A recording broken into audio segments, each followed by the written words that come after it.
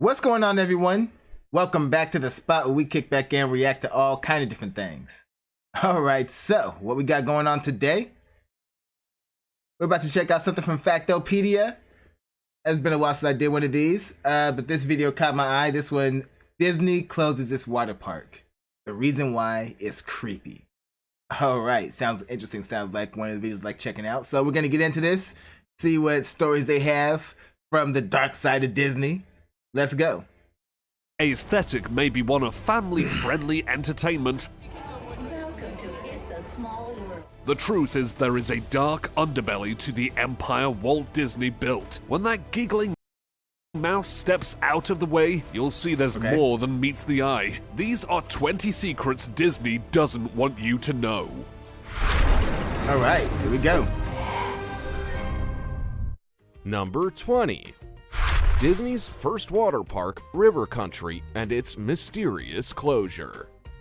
If I told you that the Walt Disney Company let a full theme park rot away in the middle of Walt Disney World for almost 2 decades, would you believe it? We'd forgive you for being skeptical, because this story certainly sounds like the opposite of Disney's usual MO. Yet, it's true. Disney closes its water park. The reason why is creepy. River Country opened on June 20th, 1976, close by to the Fort Wilderness Resort and Campground. The water park was one of the first major additions to Walt Disney World after its grand opening 5 years prior in 1971. Not only that, but River Country was also one of the earliest fully themed water parks in the world. The theme was Tom Sawyer's Swimming Hole, and it featured super cool things like large water slides, an inner tube river, a sand bottom lake, and a play area with tire swings and bridges.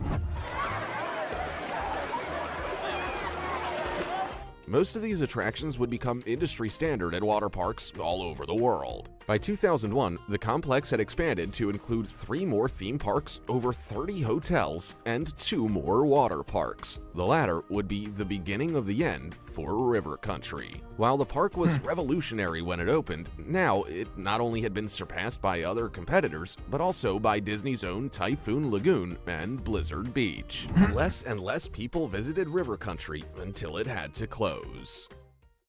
Number 19. So, wait, it closed down because y'all just wasn't keeping it up? You built other stuff but didn't upgrade that one? Sounds like poor management to me. Walt Disney would have hated the iconic Partners statue.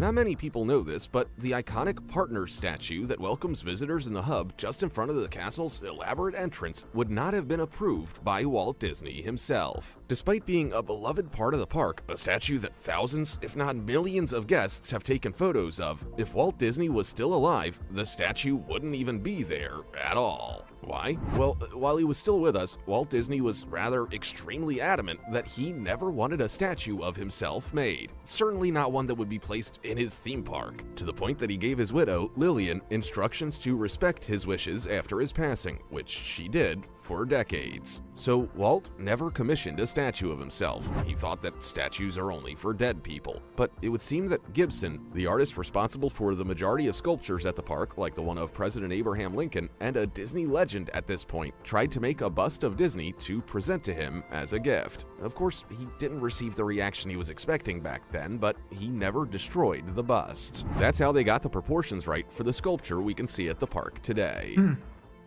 Number 18.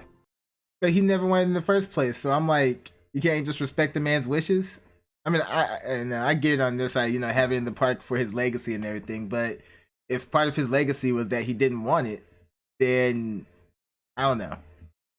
I have mixed feelings about that one. It's like, I get it. I get you want to honor the man because, you love Walt Disney, you love Disney World, Disney Park, Disney Studios, all that stuff. But still, respect the man's wishes. Disney jail is real. Yes, it is.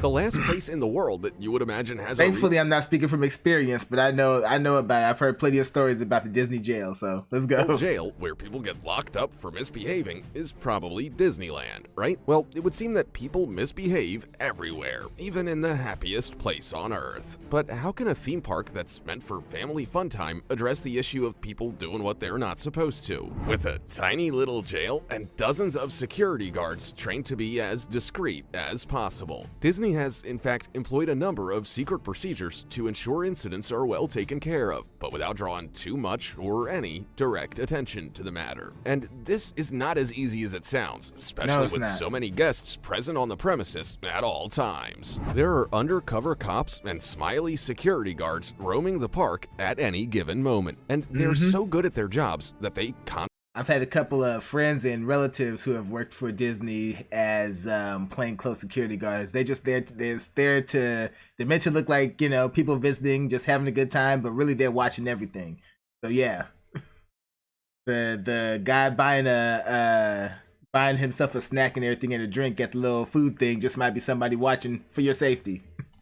Constantly and often reprimand uncooperative guests in broad daylight without any other guests noticing. Imagine that. Despite this being a happy and fun place, that doesn't mean that serious actions don't have very real and serious consequences. As they say, if you can't do the time, don't do the crime. Some people have even gotten banned from Disney parks forever.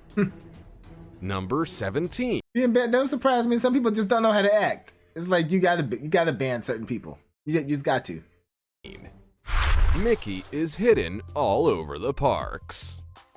There's a super fun scavenger hunt you can do at the Disneyland Resort, and not a lot of people know about it. As soon as you walk into the park, you'll start noticing there are hidden Mickeys all over the place. Disneyland Park, Disney California Adventure Park, Downtown Disney District, and the 3 on-site hotel properties. All these places are riddled with hidden Mickeys. There's a guide that'll help you locate the more obvious ones, but apparently nobody's been able to spot every single one. A hidden Mickey is the old-school depiction of Mickey Mouse's classic shape of 3 circles that form his head and his 2 ears. They can be made out of any material you can think of, including plants, decor, tools. They certainly get creative hiding them. Do you think you can spot all of them? The idea came from the designing of Walt Disney World's Epcot in the 70s and 80s. The new park is considered to be more inclined for adult visitors as they included alcohol and they took away the characters. So since the classic characters were no longer present, they had a little bit of fun by hiding Mickeys all over the place. It is a Disney park after all, isn't it?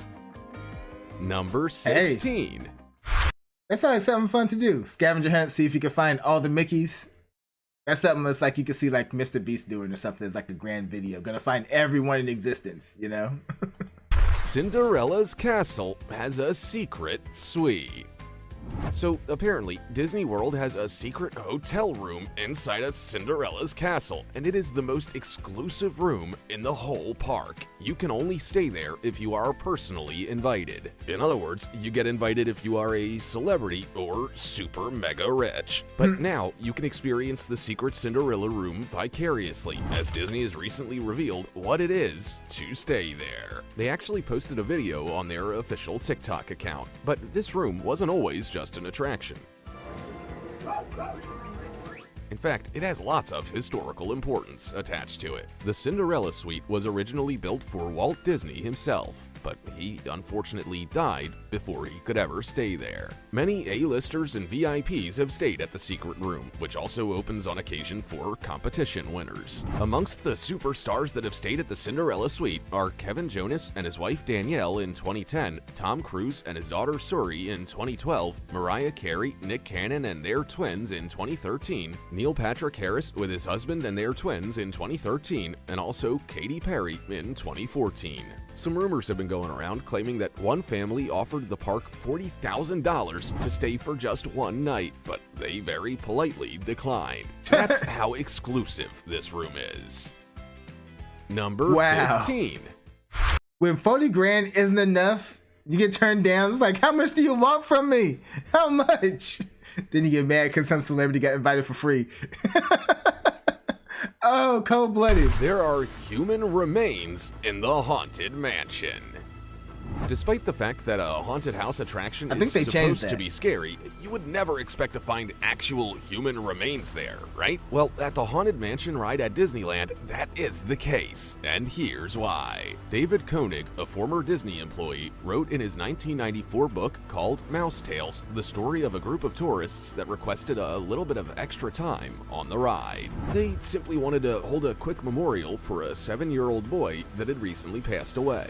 Considering the awful moment the parents were going through, Disney gave them permission. But it would seem the memorial was not the only thing the family had planned. They had also planned a sort of burial. The group of mourners were spotted sprinkling a gray powdery substance off the doom buggies. Oh, I heard about this. You guessed it. It was the little boy's ashes. I heard about this. The attraction was immediately shut down until all the human remains could be completely removed and cleaned up. But apparently, this was not an isolated incident. Lots of people decide to scatter the ashes of their departed all over Disneyland. What? Some of them do it without even asking, fearing that they wouldn't be allowed inside the park. However, every year, several families ask for permission. Rest assured, the answer is always no. Number 14. Yeah, but when you think about the ones that don't ask for permission, man, you could imagine. So I guess just a rule: don't play in any of the dirt at Disneyland. It's not their fault though; it's the people's. So yeah. Epcot was meant to be a real city.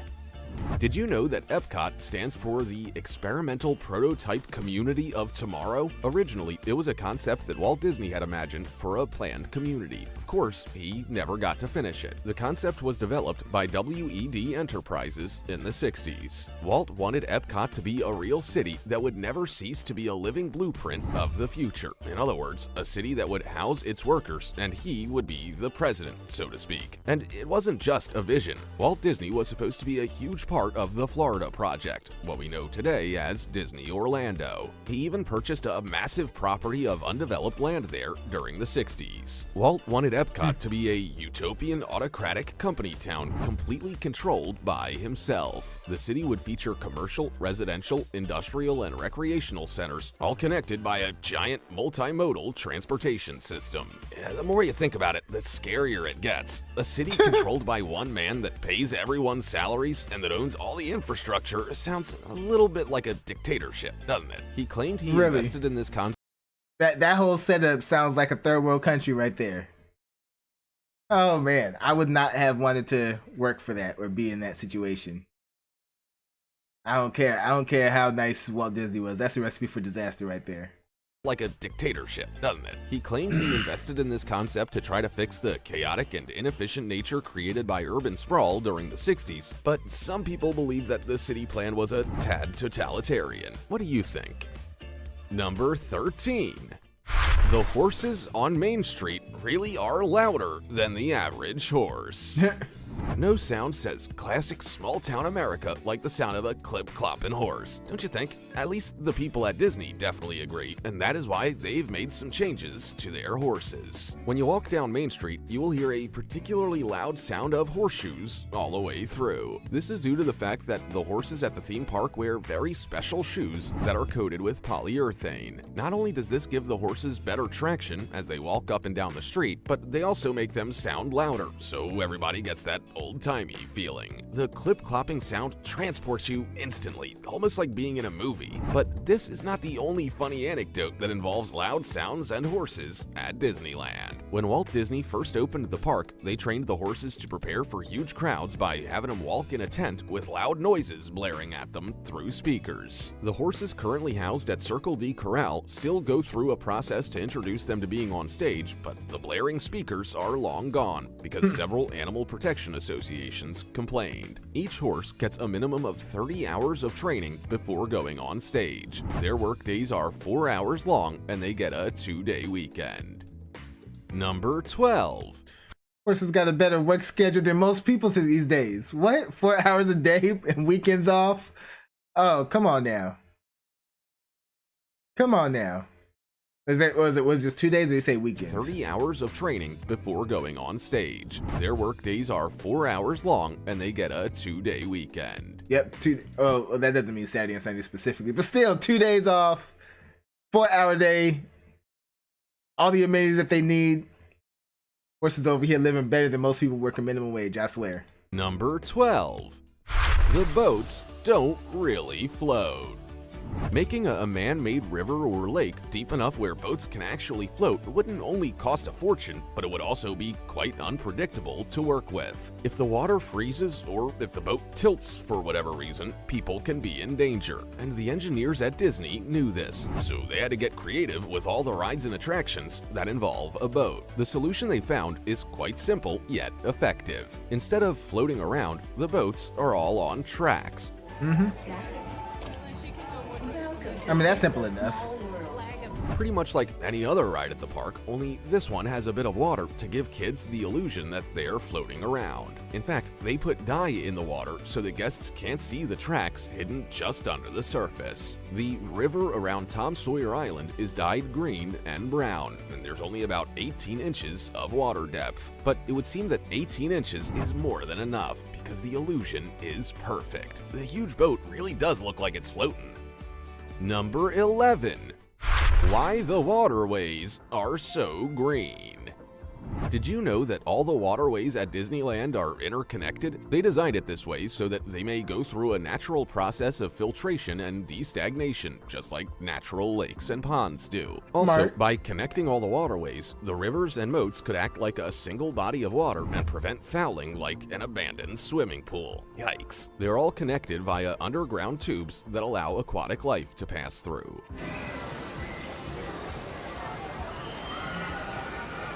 When Disney opened the Rivers of America, the water was a brownish, sickly color due to the soil and mostly natural clay that kept the water from sinking. But it wasn't very appealing, and all the rivers and moats were eventually embanked by concrete anyway. At this point, they didn't want the guests to see the pipes, guidance tracks, and other hidden functions under the water, so they had to find a solution to make the water not clear. They decided to dye the water green with chalk, seeing as chalk doesn't settle and it doesn't bother wildlife.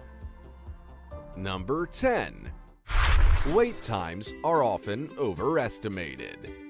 The only downside of a theme park, even the best ones, is the massive and never-ending lines. Probably half the time you spend at the park is wasted in queuing in line. It's frustrating, and the people at Disney know this all too well. So they devised a plan to trick people into thinking it's not so bad. As we all know, the most amazing rides at Disney often come with very, very long waits. Actually, if you want to go on the iconic Space Mountain ride or the Peter Pan's Flight ride, they always tell you that it'll probably be 80 minutes of wait. That's a lot. Too much. Usually about like an hour. People can start to get a little angry. But as it turns out, this is also a trick from Disney. The wait time is not really 80 minutes. It makes total sense. If they tell you that you have to wait for 80 minutes and then it ends up being less than that, there's no reason to complain about the wait time, right? It's all about increasing guest satisfaction. You see, 50 minutes really cruise by when you expect to wait for almost an hour and a half. You get super excited that the wait time is less than you thought, and they get to keep selling stuff to you. Everyone wins. Number 9. Most of the American flags at the park aren't regulation. If you've ever been to the United States, seen an American movie, or basically know anything about their culture, you know that American people love putting American flags absolutely everywhere. Now, of course, Walt Disney theme parks, the pride of any red-blooded American, is no exception. Not only was Disney a very proud American, but he also exemplified the American spirit of exceptionalism. For instance, still today, there are rides such as the Hall of Presidents and the American Adventure in the Disney parks. And while each theme park also has a huge flag at the entrance, there is no place where the American flag is more predominant than on Main Street, USA in the Magic Kingdom. In that place, there are flags atop each and every building. Yeah, that's a lot of flags. But it would seem that they aren't really American flags. If you take a closer look, you'll notice they don't have 50 stars, but 45. They did this because if they were real American flags under regulation, per law, they would have to take them all down every night and then put them back up in the morning. And yeah, that would be very time-consuming. So they decided to display something that would still have that all-American feeling, but not all the hard work that the real thing comes with. Number 8. Wonder why that's a law, specifically. But hey, they found a workaround. Less stars, not exactly the American flag, but close enough.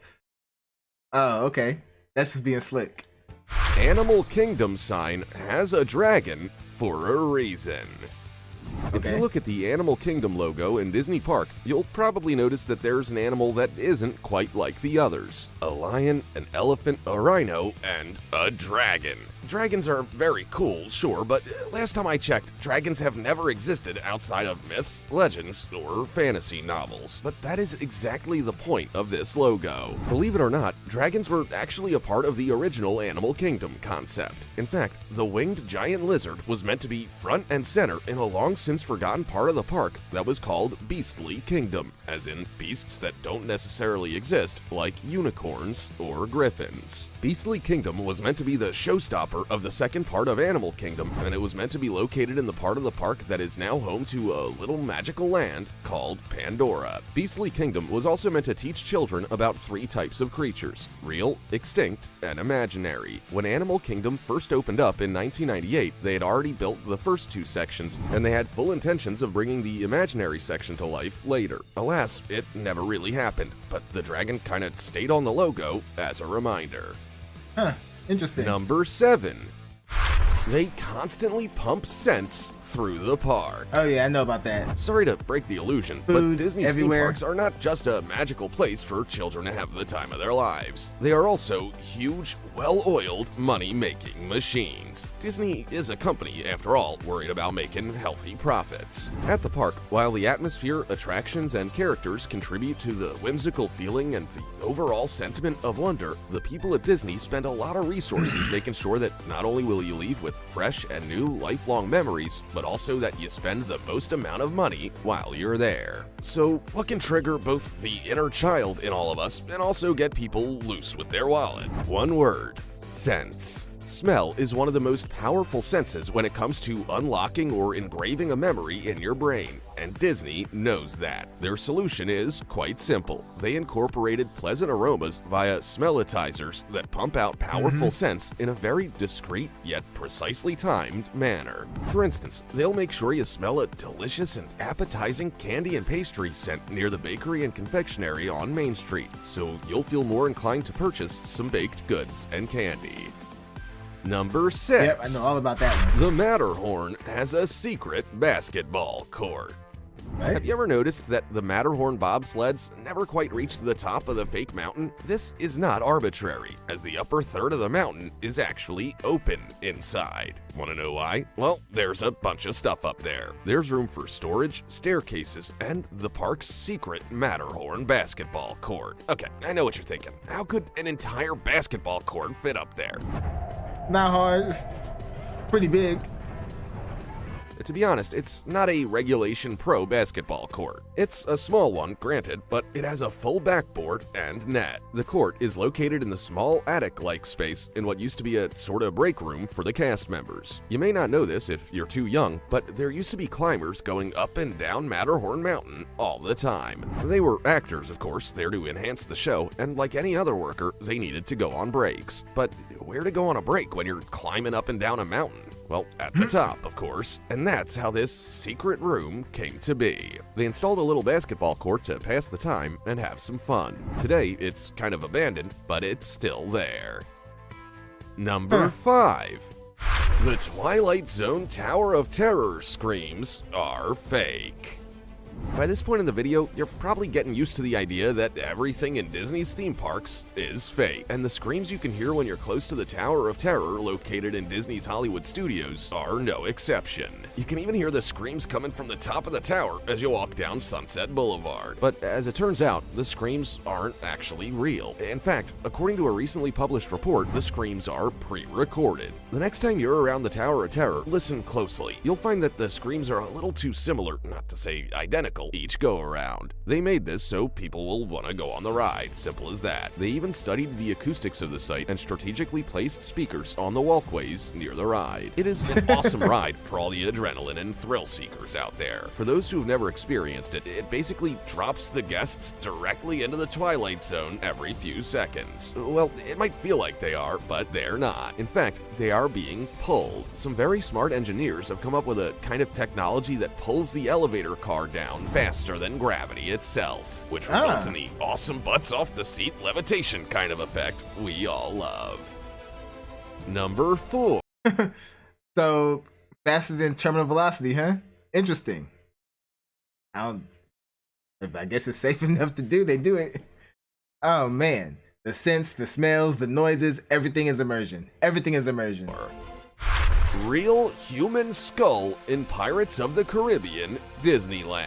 Heard about this one too. I know what you're thinking. Why on earth do they allow a real human skull being showcased in a theme park riddled with children and toddlers? Well, buckle up, because this story's wild. So imagine giving your body to science, thinking they'll use your remains to help cure a deadly disease or to make a breakthrough in medicine that'll save millions of lives. That's the kind of thing that most people that donate their body to science have in mind. But instead of that, imagine you end up at an amusement park scaring the bejesus out of the guests. Not quite what was expected, but for some, this is a very cool way to spend eternity. Or at least they did when the ride first opened its doors in 1967. Every single one of the skeletons were actual human bodies. And, well, they probably replaced them all by now, but you never know. The ride was originally imagined as a walk-through wax museum, but Walt himself rethought that after the outstanding success of the 1964 World's Fair, when the company debuted audio animatronic characters and people in the Carousel of Progress and Great Moments with Mr. Lincoln. About the same time, Disney also decided that moving people quickly on boats through a ride was a better and more efficient way than simply walking, so he decided to employ the same method in his brand new pirate attraction. Number 3. A complicated tunnel system runs under the Magic Kingdom. There's a complex system of tunnels under Disney's Magic Kingdom. The system is known as the Disney World Utilidors, and apparently it's pretty huge. Much bigger than what people imagine. At 392,040 square feet, it's fair to say it's not a tunnel system for ants. In fact, it covers quite a large area of the Magic Kingdom, almost all of it actually. The only part of the park that doesn't have underground tunnels is New Fantasyland. This is because Mickey's Toontown was added in 1988, therefore it wasn't part of the original park. But why did Walt Disney want so many tunnels under his park? Well, as we mentioned earlier in the video, Walt had imagined an experimental community where people would live and work without having to leave the park. This idea was called Epcot. The tunnels were meant to alleviate the problems of traffic and pollution for the Disney World community. After Disney's death, the Epcot idea was dropped, but they still integrated some of the tunnels for Magic Kingdom. Today, it's used for deliveries to the shops and restaurants in Future World. Number 2. All right. Cats roam Disneyland Know about for this one mouse too. control. As we all know, Disneyland only exists thanks to a very special mouse called Mickey. But that doesn't mean that all mice are welcomed in the park. The real-life mice and rats that always live in such places are a big issue, as they carry diseases and are just not great for business. But having a crew of exterminators always on site wouldn't look very good and would be rather expensive. So what to do? Well, the people at Disney found the perfect solution. At nighttime, with the veil of darkness, the park is visited by hundreds of feral cats. And park officials let them, for one reason and one reason only: mouse control. They let them roam free as long as they come when there are no visitors around. After all, the guests are paying their tickets to see a park full of cartoon mice, and not a park full of real ones. Rather than spending the time and resources chasing the felines away, they decided to put the cats to work. And there are a lot of benefits that come with the job. During the day, these corporate cats get to lounge peacefully and relax in any of the 5 permanent feeding stations. And at night, they get to catch as many mice as they want. Number 1. Sweet deal. So they did that because the feral cats just started roaming the area, which is smart. It was like, put them to work. Put them to work. I always wondered how that came out. It's like, obviously it's a smart solution, but I was like, how? They just came to y'all first. It's funny how cats pretty much come to us and domesticate themselves. They domesticate us, basically. They make us their pets. They're like, hey, we here now. We're part of your house now. This is life now. Get used to it. The characters sometimes get sued.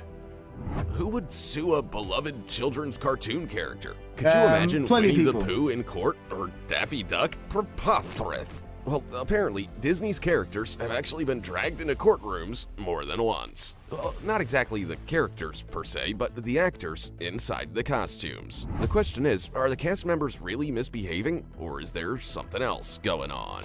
As recently as 2008, a woman sued Disney because she felt that a cast member dressed as Donald Duck had behaved and touched her inappropriately at Epcot. The lawsuit was settled. In another instance, two families accused Disneyland cast members of racism towards their kids. The first family, whose last name is Black, claimed their child got mistreated during an interaction with the White Rabbit character at Disneyland Resort in Southern California. The little boy in question was only 6 years old at the time, and it was on the day of his birthday. The parents claimed that the White Rabbit character purposely avoided to interact with the African-American child due to his skin color. And this has been going on for decades. One of the first cases took place in the early 80s when a performer playing Winnie the Pooh was accused of slapping a little girl at Disneyland. During the trial, the performer actually delivered part of his case in full costume. As you can see, it's not all magic and whimsical characters at Disney theme parks. The people at Disney are very good at illusions and tricks. Some can even change your behavior completely. What about you? Even knowing all this, would you go back to one of Disney's theme parks? Tell us about it. Also, check out our other cool stuff showing up on screen right now. Yeah, I would. I was like, they're gonna stop me from going to Disneyland. We all know that about, you know, certain things are shady and everything, but we're still going. We're still going. Oh, the individual characters getting sued. That's not surprising, but I didn't really know about that. The dude, the Winnie the Pooh costume. Imagine you're just, you know, how they always have people like, you know, just in the courtroom watching the case, the witnesses and such. Imagine you see a dude just roll up in a Winnie the Pooh costume and take the stand. What's your thought process in that moment? Like, okay, this is what a Disney case looks like. Looks more like a gag than anything else, I swear. All right, y'all. So that's it for that one. So you guys know what to do. Go down in the comment section. Let me know what y'all thought about this one. Let me know what you'd like to see me react to next. Hit that like button before you go. Share this video with everyone you know. And subscribe if you haven't done so already. All right? So, till next time, take care of yourselves. And I'm out of here.